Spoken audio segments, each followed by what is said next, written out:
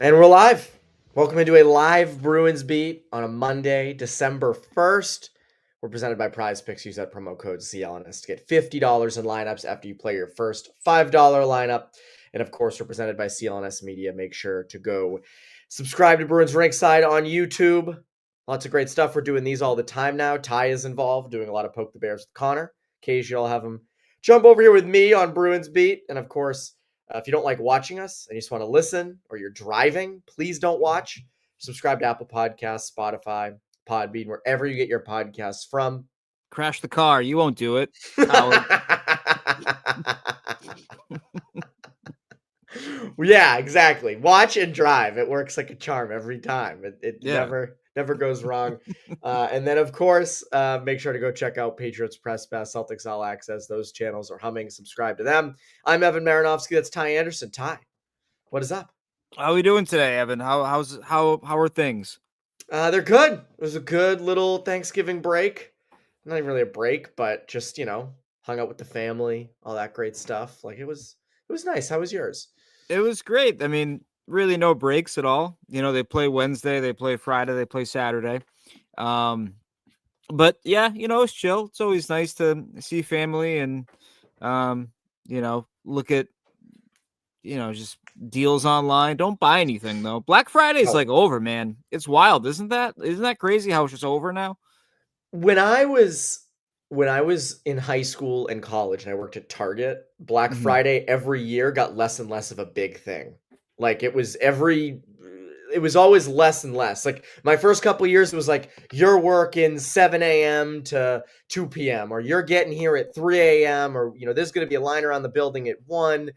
And then by like the end, it was not a huge deal. And after the like rush early in the morning, it sort of died out. And now I don't like.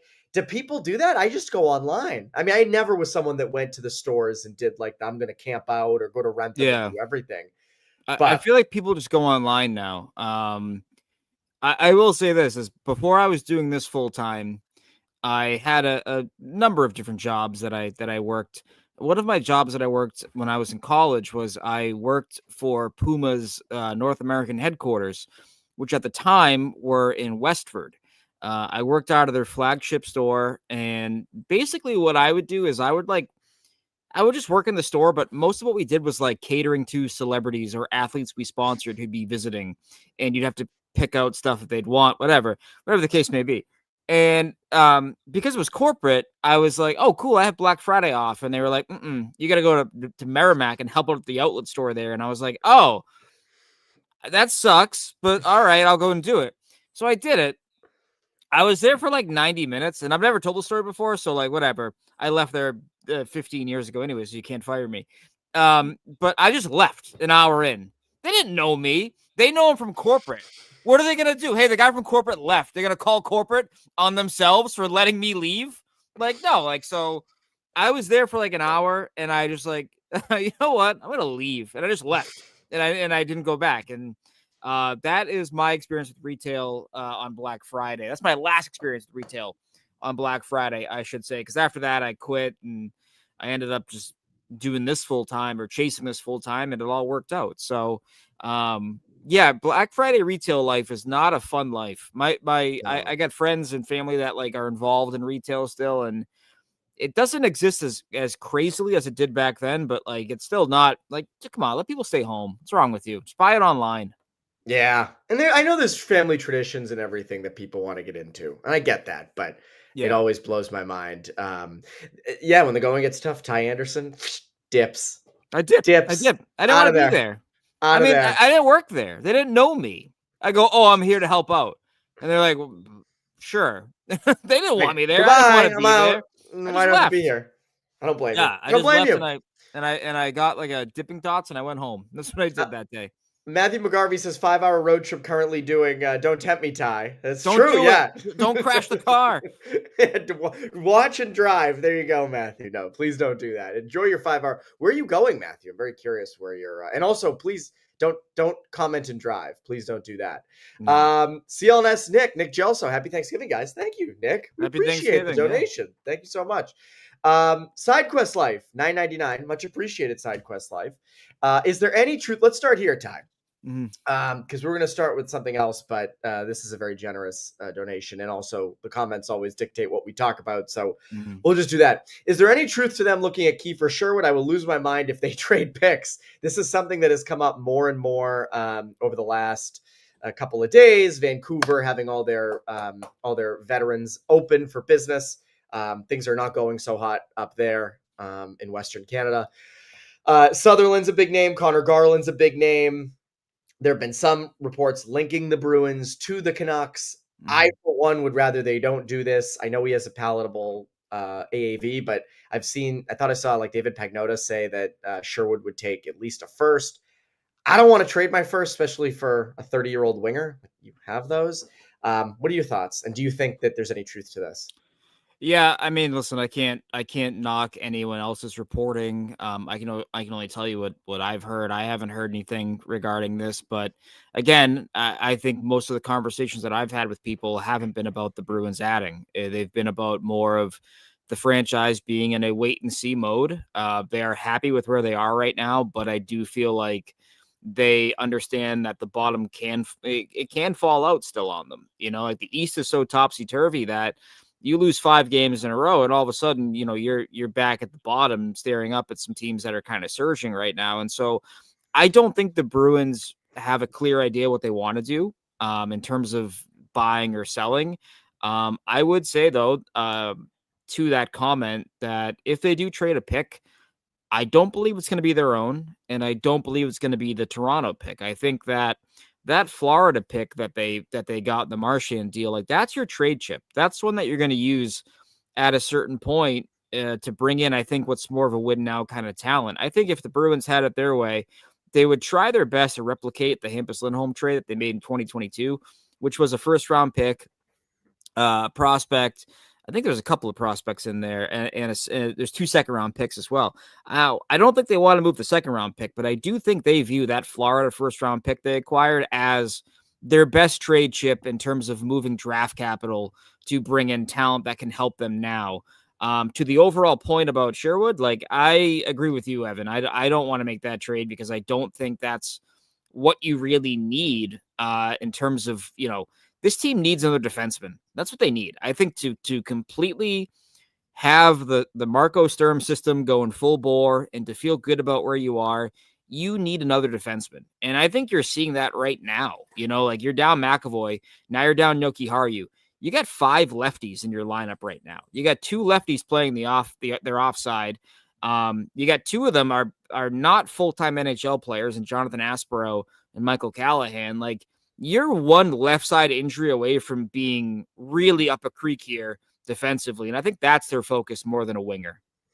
I agree with you. I also think the focus is finding long-term pieces, guys that you can add to your core. If you're going to trade away a first, don't do it for a potential rental. Mm-hmm. Like, what's the huge difference between a Sherwood and like a Victor Arvidsson?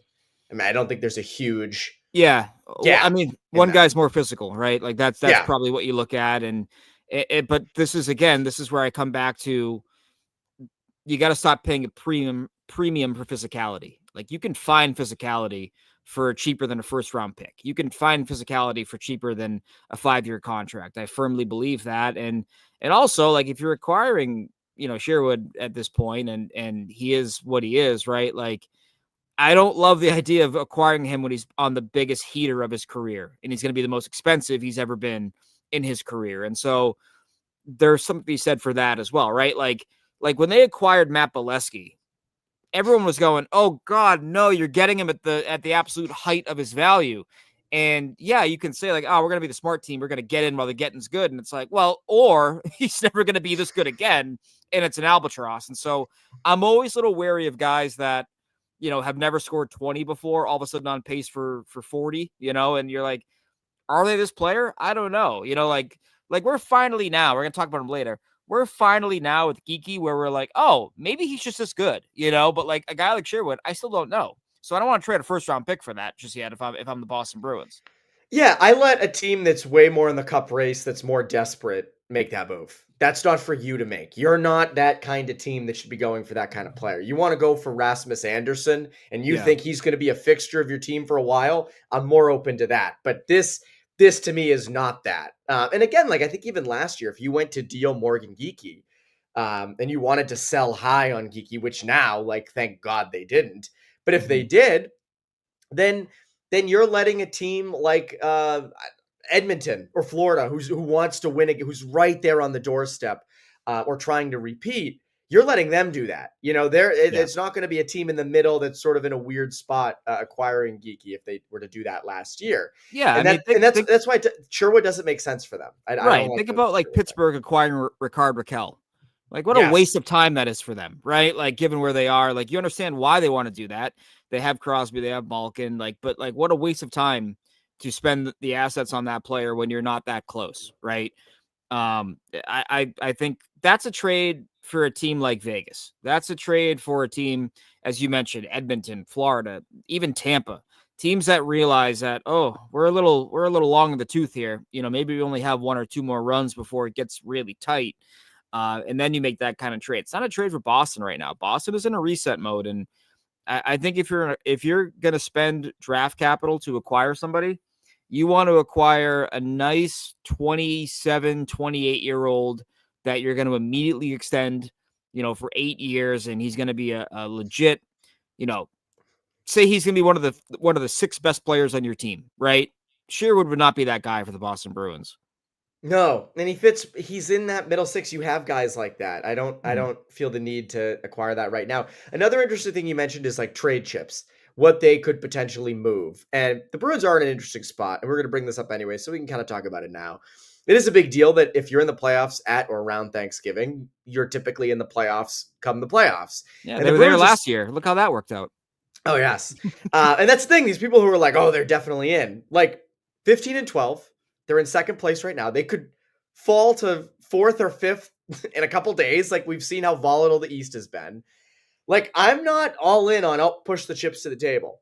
Like I'm not doing that. And I think you're right. I think they are in a weird spot where it's like, what do you do? Because let's just say this continues. Let's say they keep floating around 2 through 4, 5 in the Atlantic, and they're in and out of the second spot or the first or second wild card. And you get to around the deadline, and it's like, do you deal Arvidsson? Do you try to, deal Middlestat? I still am a yes on Arvidsson if you continue like this. Like, I think this is a nice, fun season. They're competitive. Clearly, this team is better than we thought. There are a lot of pieces that have improved a lot. But I do think you have to have a little bit of an eye to the future. That said, I agree with you on the Florida pick. That's down the road. Like this year, that Toronto pick could end up being really valuable. If this continues up there, your own pick is really valuable. So if you could have get two legit high-end prospects in this first round this year, great. You want to try to get out of that, though. You don't want to have to be a retooling team for a lot of years. That's why I agree. If a legit piece pops up, a 27, 28-year-old that you're immediately extending, that's when the Florida pick comes into play.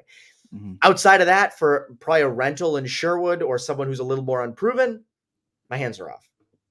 Yeah, as well they should be. I just feel like, in their heart of hearts, they know what they should do. They know they should trade Arvidsson. They know they should probably try to see if there's a market for Middlestat, maybe even Andrew Peeke if you're not close on re-signing him. Like these are hard moves, but they're moves you got to make. I mean, look at the Capitals. The Capitals were in it. I think they were 2 points out when they traded Orlov to the Bruins in 2023. They realized, even if we get him, we're going to get our doors blown off. So let's make the right call for the future of the franchise, the long-term health of the franchise. And so I think there are guys that want to move. Now, I don't include Pavel Zacha in that category because I do think they understand the mentality of, okay, let's say that you want to trade Pavel Zacha. I think it's really hard not to. But you're asking a lot out of Zadorov and Pasternak and McAvoy and Swayman, all of whom are playing well, right, in the prime of their careers. And you're saying, no, wait another year if that's okay. Like they're going to hit that point where they go, what are we waiting for? Like what is the point? What are we trying to build here if we're not trying to compete? So I think there's a level to what you do sell. But I think the Bruins, like if the Bruins don't survey the market on Victor Arvidsson, this deadline, then something's gone wrong, right? If he's too important not to trade, then something has gone wrong along the way here for this team, or something's gone unexpectedly well, I would say. So they know what they should do. It's just a matter of, do they have the guts to kind of do it, if the deadline comes their way and they're kind of in and out some days they're in the playoffs, other days they're not. Like, I think it's obvious what they should do, but it takes guts to make that. And there's levels to what you are willing to sell, I think, as a team. Yeah, and you risk pissing the dressing room off. I mean, you trade Arvidsson and you're in a playoff spot. That looks like you're selling. And then guys get turned off by that. And you have to, if you're Sweeney, you have to manage that. That's not just us like saying that. I mean, think about if you were on a team and you were in the playoffs and wanting to get back there after not being there last year and you trade away a guy that's in your top six. Like, you have to explain that. You're 100% right. I agree with you on, like, he should be dealt. Like, that's a piece that you should get something for and you should reload and be in an even better spot next year. And also, by the way, I don't think if we're getting way ahead of ourselves, but like trading him at the deadline doesn't fully take you out of the race. No, it shouldn't. Like, it shouldn't completely kill your chances. You're not a cup contender anyway. Like, right. You're still in and around that mix. You're not bottoming out if you lose Victor Arvidsson. And look, he's valuable. Clearly, they're supposed to get him back now. So, like, everything we've seen, he's good in the dressing room. So, like, there's value to him. And that's why I think other teams will see that. There was a comment in here that where was it? Oh, goodness. There's so many. Where's the comment? While you find it, I would also say that, like, if you are making the room you think you're going to be making, right? Like, you are going to make room for James Higgins, right? You are going to make room for, if Alex Steeves continues to push, okay, you got to make room for that guy, right? Like, if Murat Husadinov is fantastic, if Husadinov is pushing, well, you want to make room for him, right? So, like, that's what I mean when, like, if your fate of your season is hinged on not trading Victor Arvidsson, your season's already cooked. You know what I mean? Like, you should have enough depth there coming up, or guys coming along, that you feel good about potentially moving guys like that. And that's where being one of these teams can be tricky for a GM. You got to be heartless. I know it sucks, but you got to be heartless. You got to be ruthless. And you got to say, yeah, we're going to trade this guy, but don't worry, because we got this guy right behind him ready to take his minutes and take his role. And he's going to be just as good, if not better, down the road for the team. Yeah, and again, like Joe Magician says, I think Sweeney's dream is someone overpays for Arvidsson and Middlestat. BC gets knocked out of the NCAA tournament, and they sign Higgins to his entry level for the rest of the year. Like, 100%. I think it's absolutely possible someone overpays for Arvidsson and potentially Middlestat. Like, Arvidsson, it's his last year of his deal. Like, this is it. Middlestat you could hold on to for another year if you really wanted to, and kick that can down to next year or even the summer. But Arvidsson's had a pretty good year. Middlestat's been playing well. Like, you could definitely around the deadline get a team to bite. With an overpay, no question. And then in terms of Higgins, like, Higgins interesting. Higgins had a phenomenal weekend, hat trick against Notre Dame. He looked fantastic, true takeover game. He's kind of alternated between wing and center. Would you want him up this year? I think to me it depends on where they are. If you're in the playoff hunt, I like the idea of him getting playoff experience. If you're not, I'd rather not burn a year of the entry level deal. Yeah, I think for him, it probably comes back down to what will keep. I mean, this is a stupid way of looking at it, perhaps, but what will keep him happiest? If he wants to turn pro, I'm not telling him, no, you're not ready. Like, I'm gonna say, okay, yeah, sure, let's do it. I like the idea of him potentially coming up and giving the team some juice. You got a young kid here. He's electric. He's a highlight reel kind of player. Can he help us get in? It's not too dissimilar from, I remember the Rangers bringing up Kreider, and everyone was so excited. Everyone in New York was so excited about Kreider turning pro, right? And it can be different, right? Sometimes, some years it's Ryan Donato joining the Bruins after the Olympics. And you're like, okay, this is worth it. I just think with certain players, given their ceiling, given how good they can be, you're okay burning that year because their talent dictates that you have to do that, right? Like, look at Ryan Leonard last year for the Capitals. I'm sure the Capitals would have loved to have this be the first year of Ryan Leonard, right? Like, given how much talent they want to accrue and try to have a push for Ovi's, one more cup for Ovi. Like, I'm sure they love to do that, but if Leonard has 50 points or whatever, and he's like, I want to turn pro, you're not going to say, no, go down to Hershey, go on an ATO. We'll see you next fall. Like, no, like you're going to play those guys, even McAvoy. I know his injuries, but he kind of did force their hand where it's like, all right, are you not going to play Charlie McAvoy in the playoffs? You need somebody. Why not have it be the top prospect in your pipeline? And it gives them a lot of experience. I think it's the other thing. Like it's mutually beneficial, and as Mike's Good Music says, like it is common. Like Leonard, a lot of these guys. Will Smith didn't. Will Smith did not. Will Smith was late, if memory serves. He didn't sign in San Jose until like June. They certainly weren't playing then, and then he has the full 3 years. I can go either way. Well, that's what led to Letourneau going to BC a year early. That's right. Was Will Smith signing? Right.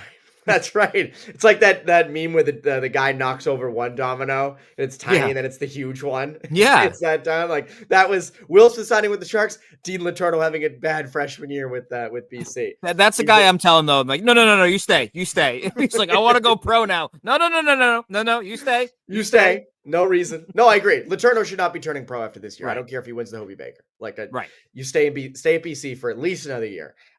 Completely. I want to get into Swayman because that's a huge one, and then a little bit of Geekie as well. He's continues to be dominant. But first, this episode's brought to you by Prize Picks. You and I make decisions every day, but on Prize Picks, being right can get you paid. Don't miss any of the excitement this season on Prize Picks, where it's good to be right. Morgan Geekie continues to score. 20 goals, tied with Nathan McKinnon. I don't know how you're not taking him more than 0.5 goals in a single game. David Pastrnak, when he's in the lineup, I know he's out right now. He's another one that just feels automatic at more than 0.5 points. Prize Picks, simple to play. Just pick more or less on 2 to 6 player stat projections, and if you get your picks right, you can cash in. Prize Picks is also the best way to get action on sports in more than 40 plus states, including California, Texas, and Georgia. I know a lot of people listen to this who are not from Mass and New England, so this is something that you can do as well. Download the app today and use code CLNS to get $50 in lineups after you play your first $5 lineup. That's code CLNS to get $50 in lineups after you play your first $5 lineup. Prize Picks. It's good to be right. I did see Matthew McGarvey said he is going back to college at University of Iowa. So how a good drive. Driving out in the Midwest, I've never done it, but I've heard it's dude, it's a lot of flat land, not a lot going on. I can't believe how large Indiana is. As someone who's driven through it, I was like, we're still in Indiana. I'm like, no way. Like, ain't no way.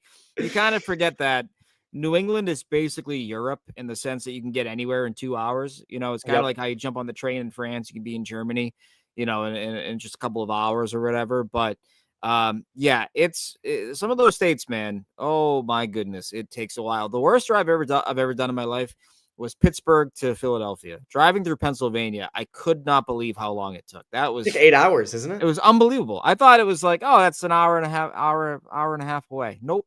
Very, very, very wrong. So yeah, the Midwest is wild, but yeah, have fun. Well, when I even, not to get too far off topic, when I worked at NCAA, a lot of the people who worked there were not from, nobody else was from New England. They were all from down south, or most of them at least. Yeah. And they lived in Atlanta. And one of my coworkers was like, oh yeah, I'm going down to the ocean this week, just for the weekend. And I was like, what do you mean? He's like, oh, just driving. It's like a 9-hour drive. I'm like, 9 hours for a weekend, and then you got to do that back. Like, we have the ocean right here. I don't have to go 9 hours. I have to go 45 minutes max. Yeah. So yeah, but it's different out there. Like those, like a 5-hour drive for Matthew and for a lot of people is like an hour and a half for us. Like I drove an hour and a half to Concord, New Hampshire yesterday, and I was like, whoa, like this is something. But I've become a complete scumbag where I'm like, I'm not going 45 minutes away. You can come to me. I'm not leaving the city. I got everything I need here. I'm come on. I'm a train ride away from Fenway. Like, come on. Like, I'm not going anywhere. You come to me. That's why I'm here. Everything's here. Everything's here. You know what else, baby? Yeah, it's true. I was saying, you know what else is here, Ty? It's Jeremy Swayman. Yeah, Swayman, 8.25 million per. 915 save percentage, 2.62 goals against average, but his best stat leads the league in goals saved above expected at 19.4. According to Money Puck, he was great against Detroit on Saturday night. He was fantastic against the Islanders on Wednesday. He's been worth the money this year. Like that's been the big thing. I think when you look at why the Bruins are in the playoffs, why they've been a much improved team, obviously a lot of that's the power play and special teams, and guys like Geekie being fantastic, and guys like Kastelik filling into a third line role. But a lot of it goes back to you're getting not just like league average goaltending, you're getting top of the league goaltending, and he's been worth the money. Yeah, it's been fantastic. And I thought, this is where I go back to the summer and people would ask me about the Boston Bruins and oh, they look like crap, man. No way they're going to be any good. And I was like, well, goaltending can mask a lot of your problems, right? And that's what I said. And people would say, like, how can you be confident in Swayman? He was so bad a year ago. And I said, of all the things that went bad a year ago, that's the one I have the most confidence in bouncing back because he's been around for 4 years now, and he's had 3 good years and 1 bad year. He's had more good than bad. And you felt that with a normal offseason, with a normal, he wasn't doing a media tour. He wasn't talking to me. He wasn't talking to reporters. He wasn't saying, I'm worth this, I'm worth that. He was just focusing on the work, right? And I think there's something to be said for that. And he ended strong a year ago. For as bad as they were, his final 3 weeks of the year were actually pretty solid. It was like a 9-17, I want to say. He had a great game against, I think it was Carolina in there that you're like, whoa, he's looking like the old guy here now. This is not bad. And then he has a great run for Team USA. Puts himself back in the conversation for being on the Olympic team. He didn't play in the 4 Nations, and you had Joey Decord who was kind of pushing. You're like, is he going to make Team USA? Like, what's going to happen here? But he's electric for Team USA in the Worlds. They win gold, and he comes in, and he's been awesome. Like this is what they paid for. This is what they hoped they were getting, and he's been fantastic. And I think he's been especially fantastic since that 7-2 loss in Ottawa. That was almost like it was almost like it triggered something in his mind where he's like, I don't want to do this again. So let's not do that again. And he's been electric, I think, since that loss. Well, even defensively, they've been much better since that loss. Like that was, I remember going live after that game with Connor, and it was like, holy crap! Like things are about to get really bad. They're about to fall into what they were last year, and it hasn't been that. They completely rebounded after that, and he's been a huge part of that. I mean, The Athletic ran a story. Someone just commented on Swayman and Korpisalo. The Athletic ran a story, I think today or yesterday, that was like, ranking the tandems in the NHL. And Swayman and Korpisalo are 5th in the league. Mm-hmm. It is all because of Jeremy Swayman. It's all Swayman right there. It is all. Like, according to their numbers, I think they have him at 22 goals saved above expected, or they have a different stat that they use. But like, Korpisalo's in the negative. That's how good Swayman has been. Like Swayman has been so damn good that their tandem is still one of the top 5 tandems in the league, even with Korpisalo struggling, which is your favorite, or not your favorite, but that's your stat you always like to put out, that they score on him immediately. It was a problem in Ottawa. It was a problem in Ottawa, and it's been a problem here. Sorry, go on. Do you think, though, with Korpisalo, I was with Robert Chalmers on Sunday at St. Paul's. We were at the St. Paul's Jamboree, and we were talking between games. And he was mentioning how, at some point it feels like, DiPietro could come up at some point and replace Korpisalo, and they could, waive Korpisalo. Do you see that potentially happening? It's so hard, right? Because I would have to go in and look at the waiver rules for a guy like DiPietro, where if you bring him up, can you just send him right back down because he cleared waivers already, or has that expired yet? I forget the exact rules, so I don't want to speak out of turn in terms of him going up and down. But let's say you can't. Let's say he has to be on the roster. He's going to get claimed with the 942 in the minors. He's going to get claimed by the Oilers or by Vegas, one of these teams that, is running out some goaltending right now that you're kind of iffy about and they want to win. So I think that's something that I'd have to look more into. I'd have to find out the exact ruling there. But, here's the thing with Korpisalo. I said this with Connor the other day. He's had games where it's like an 885, but he's made some good situational saves that you're like, you know what? That 885 is better than it looks to the naked eye. He's had 3 stinkers in a row. I think he was okay in Anaheim, but, again, the hole was dug too deep for them, right? I thought he was just okay against Ottawa, up in Ottawa, the last time the Bruins were up there. I thought he was not good enough against the Rangers. The whole team wasn't good enough, but if you're down Pastrnak, you need goaltending. You have an $11 million tandem. It's got to be your backbone if you don't have the scoring. And so I just feel like he's been a mixed bag. He competes his ass off. He's a battler, which I like, but it just hasn't been consistent enough, And so it's just it's really hard to give a guy the rock when he's putting up an 875. It just is. Go back to, I mentioned this too with Connor. Go back to 16-17. That Bruins team that fired Claude Julien, and they had to go in a late season heater. They went like 18-7-1 or whatever it was to end the year and make the playoffs. For the first 60 games of the year, they were getting crap from their backup goaltenders, whether that was Zane McIntyre or Anton Hudobin. They pulled the plug on Hudobin, and I think January, I want to say, maybe in February, but he had an awful game, an awful game. And they went, all right, he's got an 860. We can't do this anymore. We got to pull the plug. And they bring up McIntyre. He's no good either. They tried making a trade for Halak, I believe it was at the time, and Halak was in the minors, making too much money, blah, blah, blah, blah. You need quality backup goaltending, and right now they're not getting it. So that's been a problem. Who ended up being the backup that year, 16-17? So it was Hudobin. Hudobin went down to Providence. Didn't he didn't leave? No, he went down to Providence, and he was awesome for Providence. He found his game again, and he came back up. They actually had to rely on him late in the year. Tuukka was, I think, sick, or he had an injury or something, and they had to turn to Hudobin for a start on Long Island. And he was awesome. It was like 27-28 kind of night. But he won the job in under Cassidy for whatever reason. He was better under Bruce the second time around. It was kind of wild. And then Hudobin ends up helping the Stars get to the Cup final in 2020. So we took the scenic route, I know, but the long way of saying you need quality backup goaltending. And if you don't, you're going to have to play Swayman more, and he's going to get worn down. I will say the biggest positive you can take from that game on Long Island, where he had a career high 44 saves, is not just the 44 saves. It was his third game in a row, and he played well. That has been a bugaboo for him. That has not been something he's been good at, but he was good in that spot. And that's an encouraging sign for the Bruins, that he was able to play 3 games in a row, in the third game not be an absolute disaster for him. Do you continue that with him? No, because you can't. Like, especially we had a comment that mentioned, like, he might start for Team USA. Yeah, and if he does, that's 5 more games you got to factor into his workload. And this team, I think we agree, this team is going to be a team that is in and out of the playoff picture as the season goes on.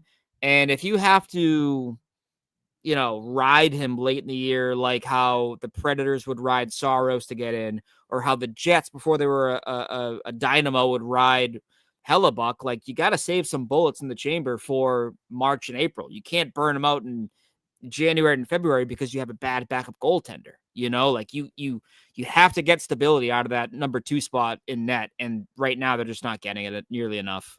And then if you get in the playoffs, you need him to be, fresh too.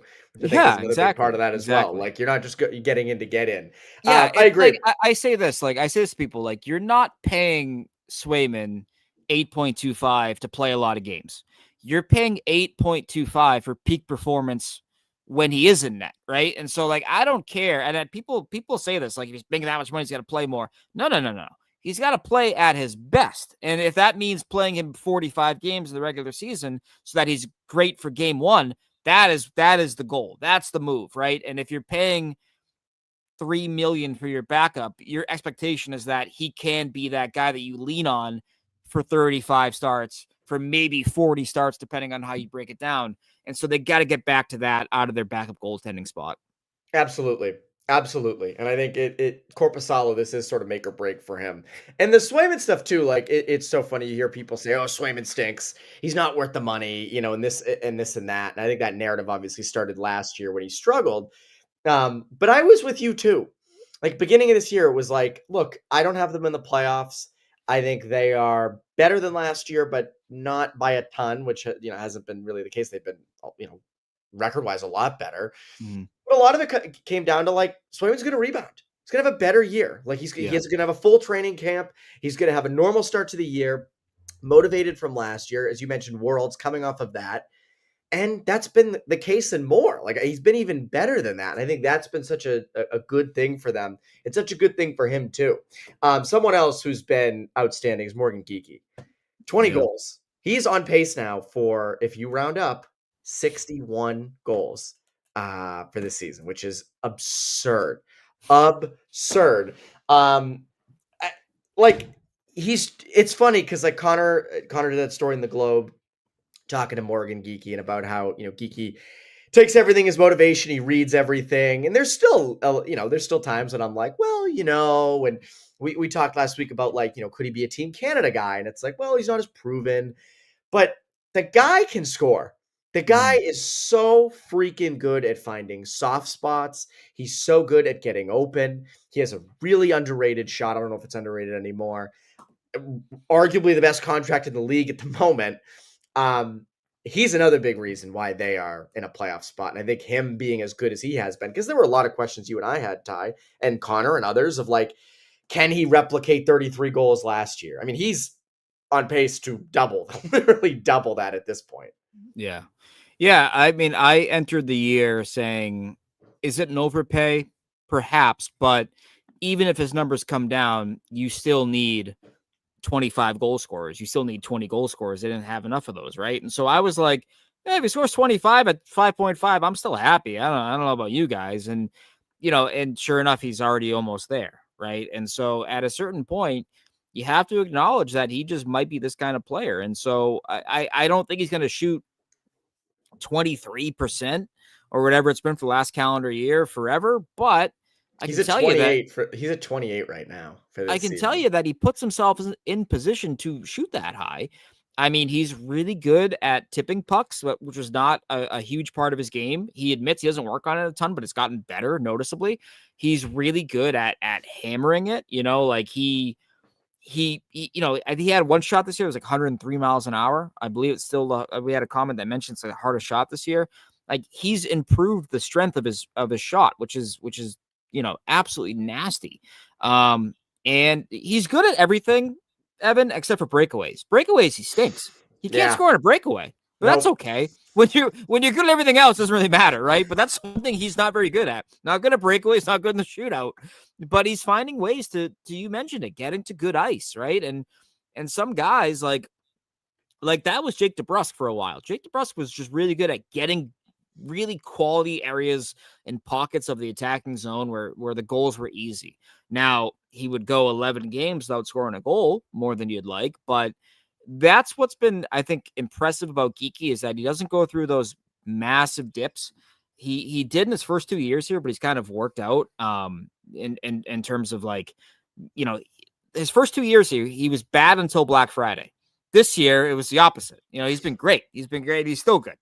But I think what's most impressive, Evan, is the fact that he's now scoring without David Pastrnak, not just not on his line, but not in the lineup.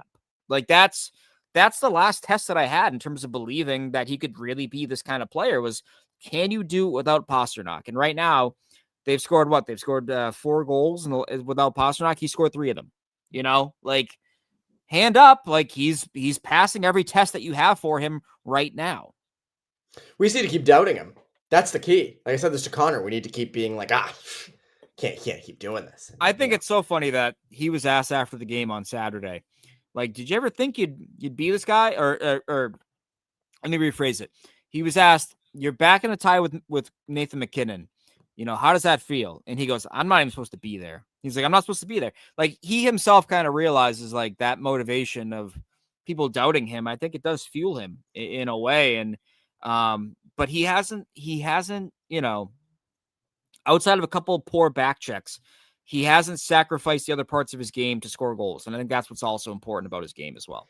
To me, Geekie is a perfect example of player development and how every person has a different path. I mean, he's 27, lit it up in Tri-City with the Americans in the WHL.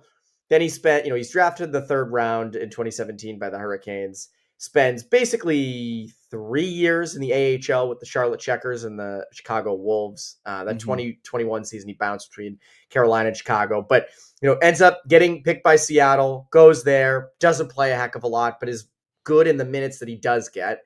And then he goes to Boston, First year is kind of anywhere in the lineup. 39 points in 76 games, pretty good. Like, we went into last season being like, all right, he's a good middle six guy. He can slot in on your top line if you need a replacement level guy, but he's mainly someone in that middle six, probably a third liner on a good team. Stunk at the beginning of last season. Healthy scratched, like looked dead in the water. And ever since then has been this. And I think it's a good example of like even, finding his way into NHL lineups. It was not his scoring and his shot and all those different things. It was his two-way play. It was being versatile in the lineup. It was playing right wing. It was playing center. It was jumping in on the left side. It was doing all these different things to just get in the lineup and grind it out to the point now where he's one of the best goal scorers in the league. Like that to me says so much about like if I was an agent or if I was in player development, that would be a guy I would highlight and say, look, it can be done when it comes to late bloomers, when it comes to, just finding a way to get on an NHL roster. It's unconventional, but there's a lot to take away from what Morgan Geekie's been able to do. Yeah, it's also funny that Ron Francis had him twice and bungled it twice, That's who you have in Seattle running things now. It's a bit of a underplayed storyline is that Ron Francis had him twice and got it wrong both times. Nevertheless, yeah, no, I mean that's Morgan Geekie is why you take a chance on Alex Steves. It's why you take a chance on Matej Blumel. It's why you take a chance on any of these guys. Murat Husadinov, you want to include him as well. Like you look at guys in other cities, other markets, and you go, they're not using him right. We can use them right, and then you figure out how to use them. And, you're going to have some cases that are victories. Like I think Husadinov is a win for the Bruins. I don't know if Blumel is. It looks like his season might be over, but even when he did play, you were kind of like, maybe a quad A guy. Steve's looking like an early win, but this is why like Geekie, and even before Geekie, guys like Timmy Schaller, Riley Nash, like if you can find that guy that you say, they're great in a fourth line role for that team. Let's see what they look like in a third line role for our team. That's why you take that gamble. And they've been good. I think this front office has been good at identifying those kind of players and saying, no. There's more to their game. Let's give them some ice time and we'll go from there. I mean, Geekie is the latest success story, but he's also by far the biggest one they've had yet. No question. I mean, he's turned into a guy that we're talking about for Team Canada. Real quick, make sure to go subscribe to Bruins Rinkside on YouTube. We're doing these all the time. Make sure if you're like Matt, if you're driving, don't watch us, just listen. Apple Podcasts, Spotify, wherever you get your podcasts from. And of course, there's lots of other great stuff. CLNS, Patriots Press Pass, Celtics All Access. So go do all that. Ty, you were mentioning taking chances on guys that haven't worked out in other markets. Bruins have some of those guys. Fabian Lysell, chief among them, 6 points in his last 3 games. It feels to me, I mean, he's 18 points in 16 games this year. He's been red hot. You have injuries up in Boston. It's hard not to bring him up. It's a hard move not to bring him up. I think this is the time you do it and you give him some runway to see as sort of a chance to really prove himself up here. Yes. I think it's so frustrating. I think if you are Fabian and if you are the organization, I mean, what are you doing? Calling up Georgi Merkulov, who is a natural center that you've moved to left wing. You bring him up to play right wing. Why? Why are you doing that? Right? I think just like Fabian would just make more sense in that regard. And I think you hit the point where, okay, if you don't like him enough to bring him up, then trade him. And if you're afraid of trading him and him popping off elsewhere, then play him and find out if he can play or not. Like, it just feels like at a certain point, it's just hoarding. You know what I mean? You're just hoarding. You're hoarding the player and you're not actually doing anything with him. And I got to be honest with you, Evan, I am so sick of hearing, well, is he practicing the right way? I don't know. I'm not there enough. Well, is he playing the game the right way? I don't know. I'm not there enough. But I know that you have an opening at right wing right now, or you did. Arvidsson should be back on Tuesday night, and you're not utilizing a player that's on a cheap entry-level deal that actually finished the year playing pretty well, right? And here's what I can tell you, is I can tell you that all offseason I was talking to people, and I was mentioning the younger players they brought in. I'd mentioned Minton. I would mention Husintinov, and I would mention Lysell. Whenever I mention Lysell, I'd get a, well, we'll see from people in the organization. Like, I'm not really sure he's part of the plans.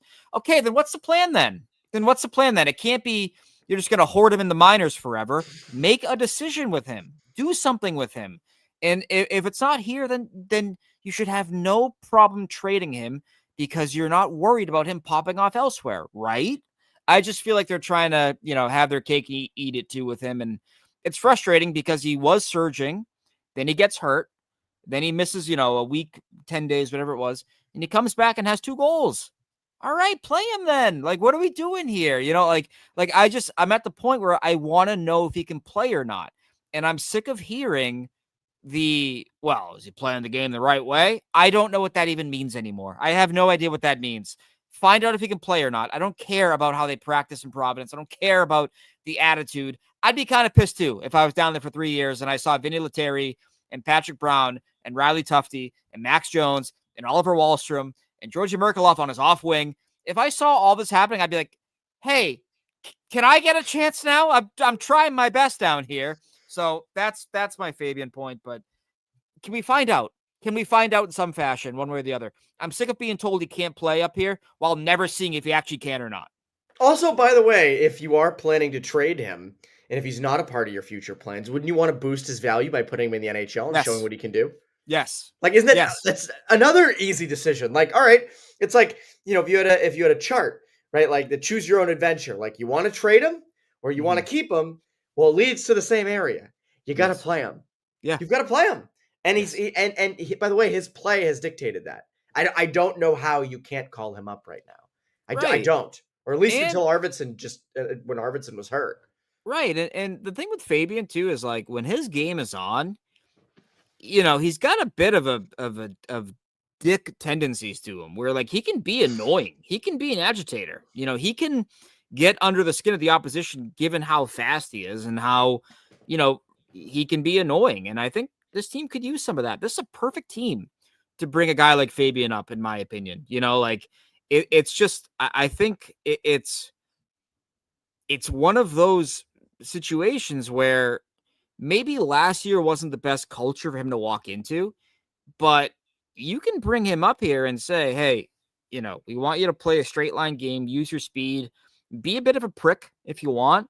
You got support behind you. You got Zadorov, you got Jeannot, you got Kastelik, you got Vial. Like, you got guys now that can allow you to be the Fabian Lysell the Bruins drafted in the first round back in 2021. I just think that at a certain point, it's organizational malpractice to have a first round pick who is producing the AHL and never give him a look because of X, Y, and Z. Like, at a certain point, you got to find out. If you go his entire entry-level deal without finding out, that's bad. That is bad management. That's bad practice in terms of finding out what you have there organizationally.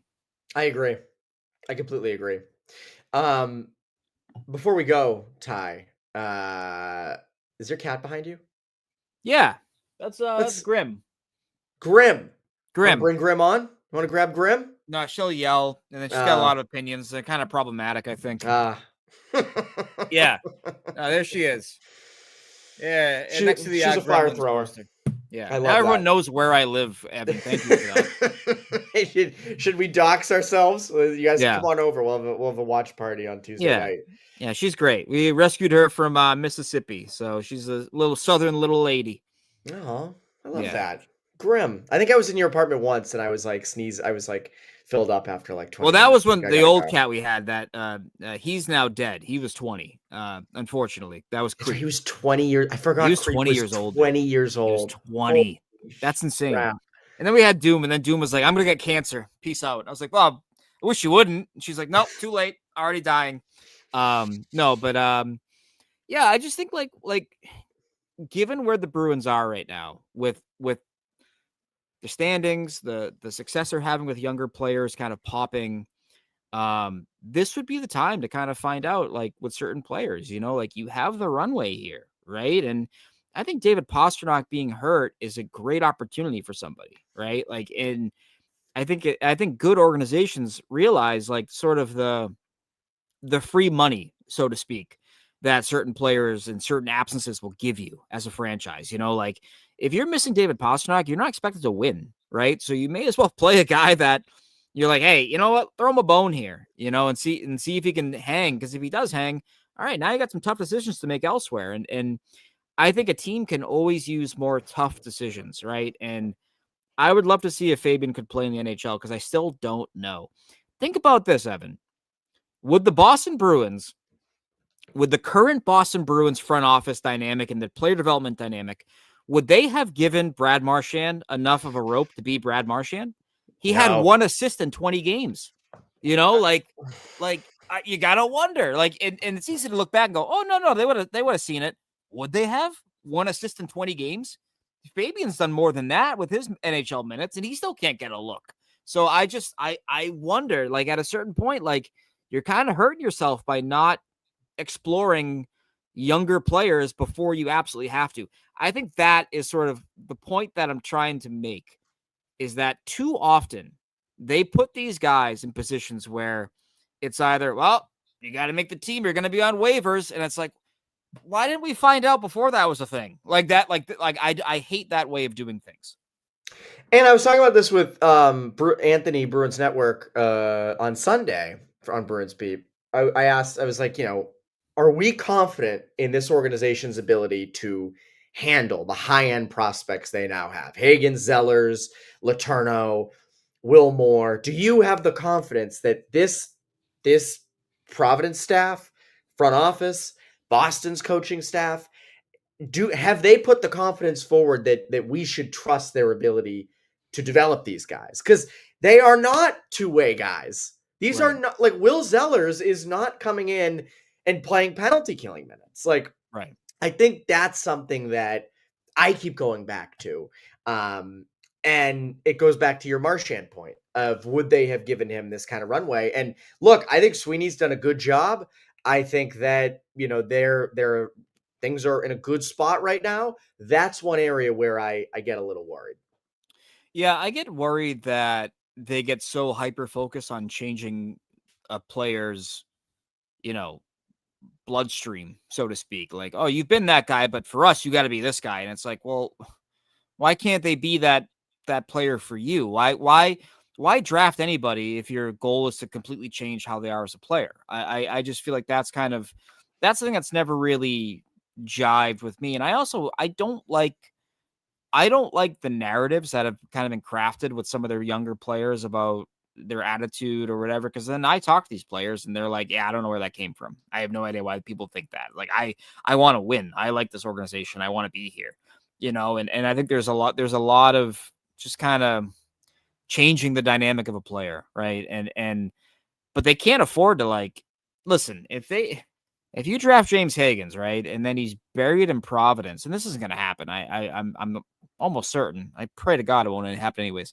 But if you draft a player like James Higgins and you say, well, he's got to work on his PK before he can play in the NHL, it's like, what's the point? Just keep Johnny Beecher then. I don't know.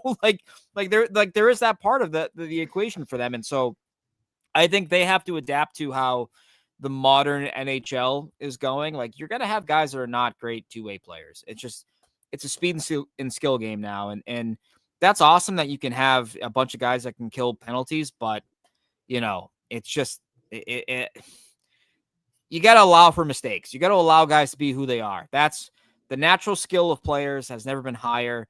I don't want to berate players for having skill. I want to embrace that skill and find a way to put it in my lineup and trust that I have the better structure around them where, yeah, they might not be good at this, but I got 3 guys that are, so it's not that big of a deal. Like, that's where I think they kind of get a little bit lost sometimes organizationally. And I know Lowry was scratched for 5 or so games a couple weeks ago, but they've mostly been that with Lowry. Like, Lowry, they've given a runway to, and sometimes they've had no choice, but they still have for a defenseman. So, like, to go against what I said before, the question I asked you about, do you trust them?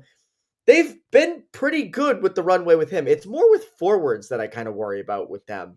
As Jack D says, he's got to earn it.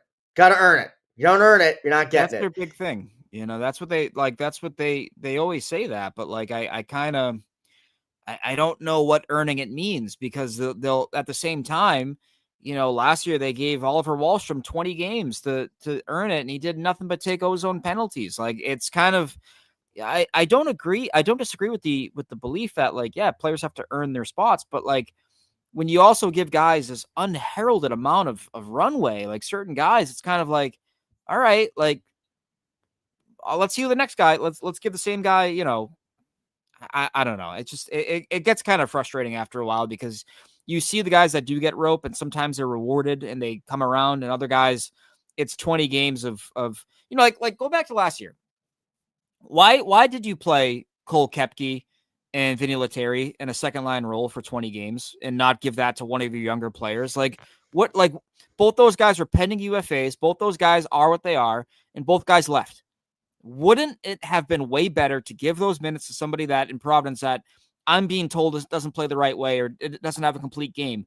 Well, can you fast forward them? Can you accelerate them a little bit to get them playing a complete game in the NHL and figure out what you have there, versus just giving minutes to guys that are not part of your future?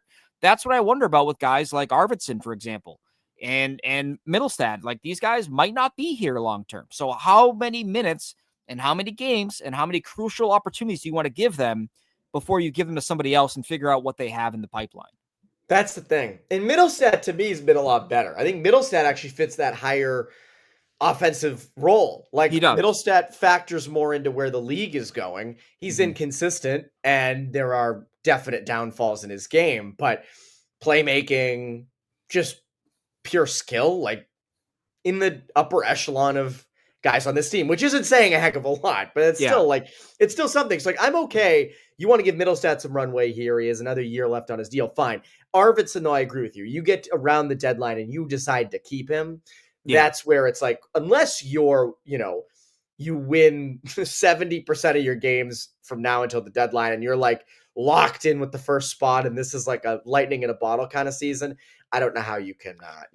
But Middlestad is a great example, though, at the same time, of a guy who is not a perfect player. You acknowledge that he's not a good two-way player. You acknowledge that his game is best utilized in the offensive zone, and you tailor his role specific to that. Like, I just don't understand why they can't do that with some of their own players that they draft with first round picks. I don't see the point in taking a player with a first round pick and then spending 3.5 years, 4 years trying to make him something that he never was and might never be. I just think that's, you're putting yourself behind an 8 ball that you don't have to do. You don't have to do that, right? And I think especially now that you're out of the Bergeron, Chara, Marchand era, like, you have more wiggle room for guys to come in, not be perfect players, and then work on it.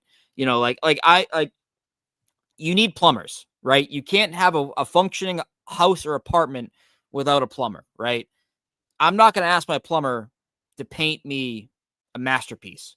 I am going to ask the painter to paint me a masterpiece, though. And that's kind of what I come back to when it comes to, building a team, building a roster. Like, you got to have everything, right? And I'm never going to say to an artist, be a plumber, right? Like, maybe learn how to fix a sink, maybe learn how to unclog a toilet, but you paint. You're an artist. I like that about you. Like, I can teach you that, but I want you to mainly paint for me. I just think that's kind of, they want everyone to do everything all at the same time, and some guys just can't do it. No, and you guys have certain roles. That's fine. Like, Mark Kastelik has some moments of nice skill. He has some passes where it's like, oh damn, hell yeah. But he's a guy that's an enforcer. Yeah. He's a gritty guy. Like, that's the kind of game he plays, a hard forechecker. He hits hard. He's not going to be a top 6 offensive guy, and that's okay. Everybody has different roles. Like Minton, totally fine. Imagine saying to Fraser Minton, hey, those guys hit, so now you have to hit too. He's like, whoa, I thought I skate and I shoot. That's what I do in this line. Like I got to hit now too. Like, yeah, you got to hit now too. Like that's kind of like, it's way too like narrow-minded, right? Like, it's a blend. You need a blend. And I feel like with some guys, to let them be a blend, other guys are like, no, you got to be way more like this. I like this. Bruins Ringside Art Challenge. Who on the channel can paint the best picture? It's not me. So I was not a good painter. I was pretty good at cartooning. In high school, in high school, I took a bunch of art classes. That's what I wanted. You drew like that. You'd write the S. No. So I would draw these like disgusting looking caricatures. Like they'd just be awful, ugly monster people. Basically, like, if Bob's Burgers was around when I was in high school, I would have been like, that's what I want to do with my life. That's what I want to draw. I want to draw those kind of people. So I when I was in high school, I took a bunch of art classes that I was actually all right. I wasn't like elite, but I was pretty good. And then I found out that art classes don't help your GPA, and I was like, oh shit, I got to take other classes now. So yeah. Well, it's funny. One of my friends did a paint and sip for his birthday, like a year ago or whatever, and I had the worst paint. I was horrible. But one of my relaxation things, the Bob Ross YouTube account streams those his episodes like all weekend or like Thursday to Monday. So like if I'm doing work, I'll put that on in the background because it's just like it's soothing. It helps me focus. I don't use my phone, and his voice is just like S tier. But like I've watched enough where I'm like, okay, I think like if given the right supplies, I could churn something out. Like I could do it. I couldn't do it, dude. I couldn't actually. For me, it's the blending of like the colors, and it's like I could never make it look natural. Like, right. Like if you told me to paint a sunset, it would just be line. Like I was not good at blending it to make one complete picture. So I stuck to my cartooning and my disgusting looking people that I would draw. Everyone I drew looked like they hadn't slept in 72 years. That's fair. I was never a good drawer either. Like naturally, no way. Two things before we go. Jack D asks, do we know Pasternak's injury? I'm tired of the injury secrecy. We don't know it. They've not said anything, but Sturm said day to day, and you came up with the clip that you think it was. It was sort of at the end of that Islanders game. You sort of like maybe his groin or something. Yeah. What did you think? Your expert doctoral opinion. So he goes to accelerate out of the D zone, and you can tell something tweaks, and he immediately grabs at it. Looks like a groin or a hamstring. And so he skates out of the D zone, and he's still kind of favoring it, but he's still skating. And then he tries to break in across the attacking blue line, and it hiccups on him again. And at that point, he motions to the bench like, someone's got to go. I can't go. So I imagine it might be a groin strain, maybe a pulled hammy, something along those lines. I did tweet it out. It's on my Twitter account, my X account, whatever it is. If you want to go take a look at it. But it happens in the D zone, and then again when he tries to accelerate into the attacking zone. So you hope it's not a popped groin or anything like that, where it's a full on tear. You hope it's just a strain. He did skate on Friday morning before the game. Did not skate in the pregame warmup, but got on the ice early just to test it out. Wasn't good enough to go. So this might be a situation where they are encouraging resting versus getting on the ice. It's similar to the Hampus Lindholm injury, which was some days he felt good, other days he did not feel good, and it lingered for a bit. That was rumored to be a groin injury, rumored to be a hamstring injury, depending on who you talk to. But that was 3 weeks, 4 weeks or so of kind of in and out before he was fully good to go. Might be something similar here. We're gonna have to wait and see, but yeah, it does look like a lower body injury. They're not saying either way, but given how it looked like a lower body injury. Yeah, I agree with that. And then one other thing, this was a good question asked a while ago that I wanted to touch on. When Pasta comes back and with Arvidsson back, who slots out? I like Steve's a ton so far, so wouldn't want to not play him, but not an easy answer here. Sorry if you already discussed. We really haven't.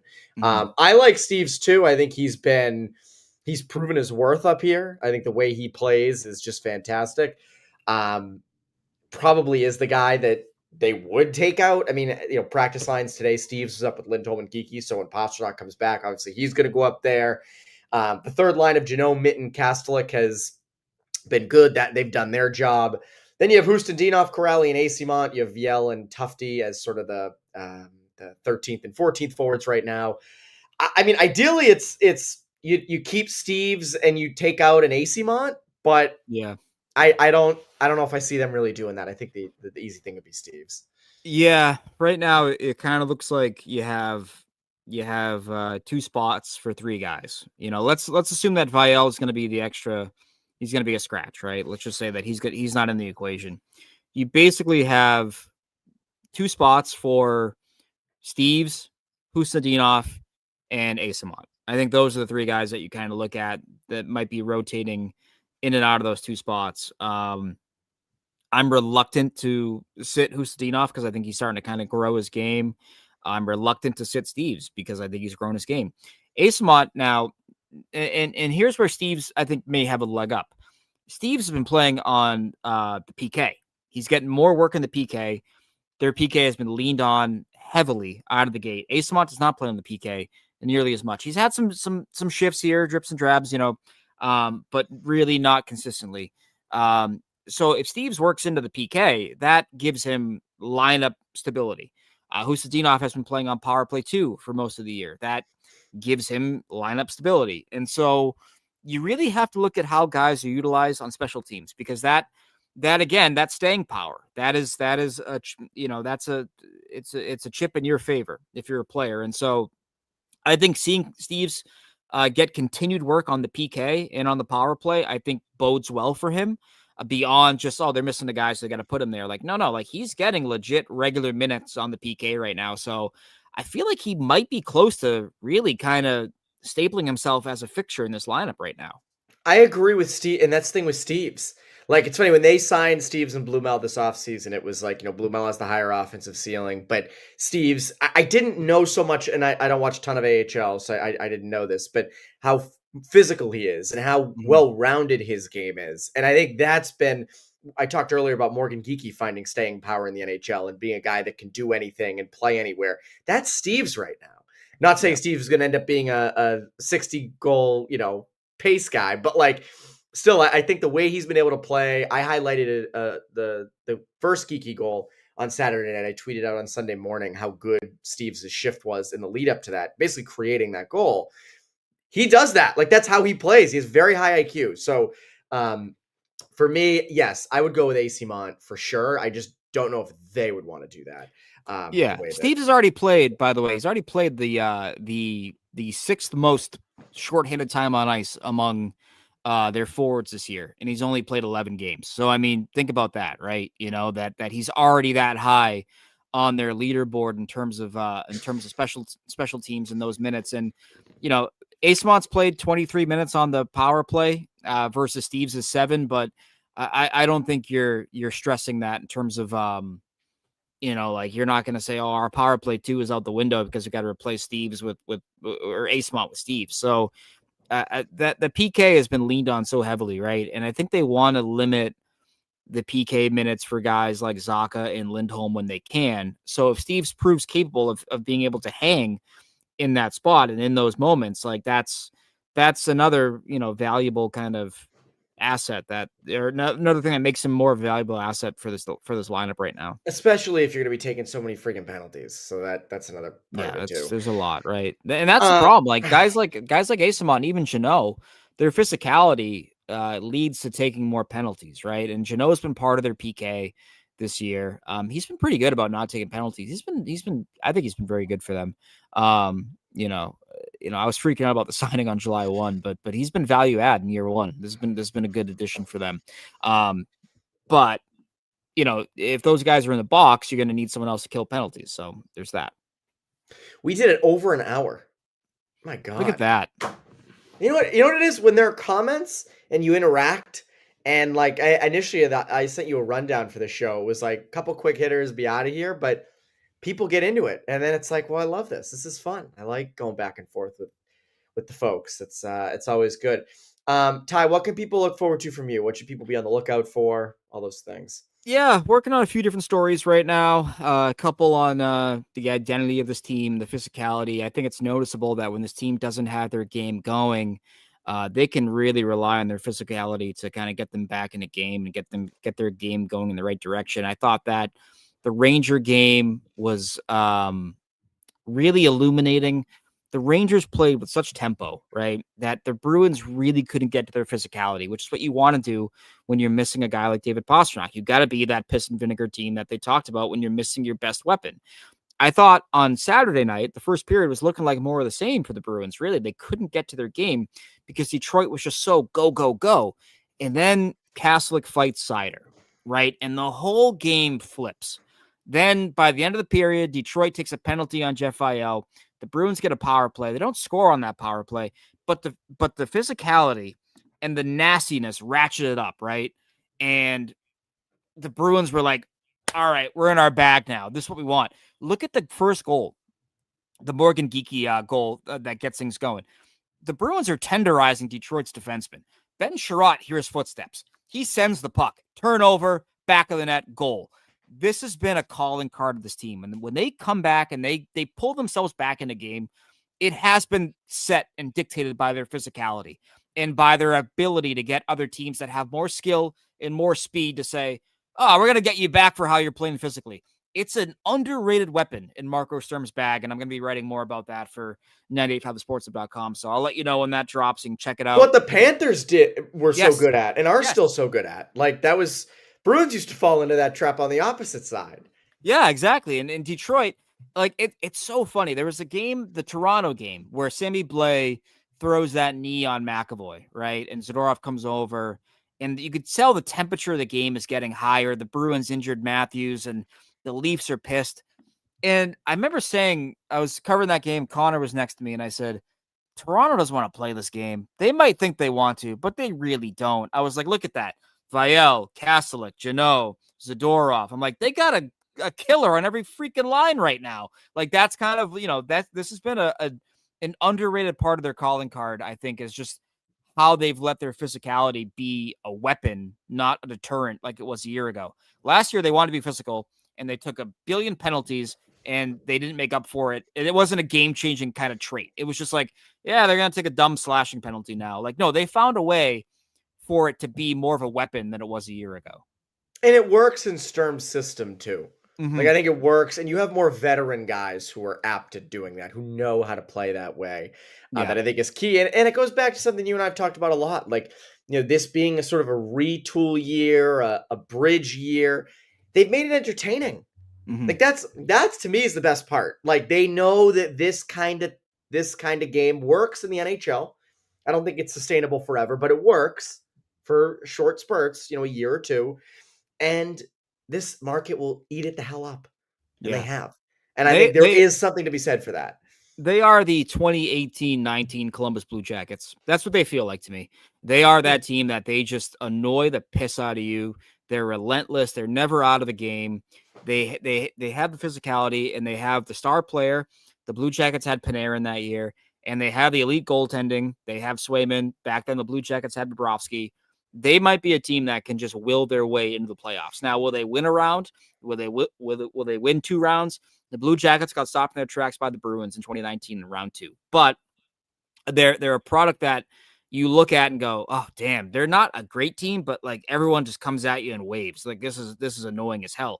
Like I remember thinking way too much about Marcus Nudivara in 2019 than I ever thought I would in my entire life. And so they got guys that make you make you keep your head up, right? And so Dubinsky on that Columbus team was just a weapon that you're like, what the hell? Why is this guy good again?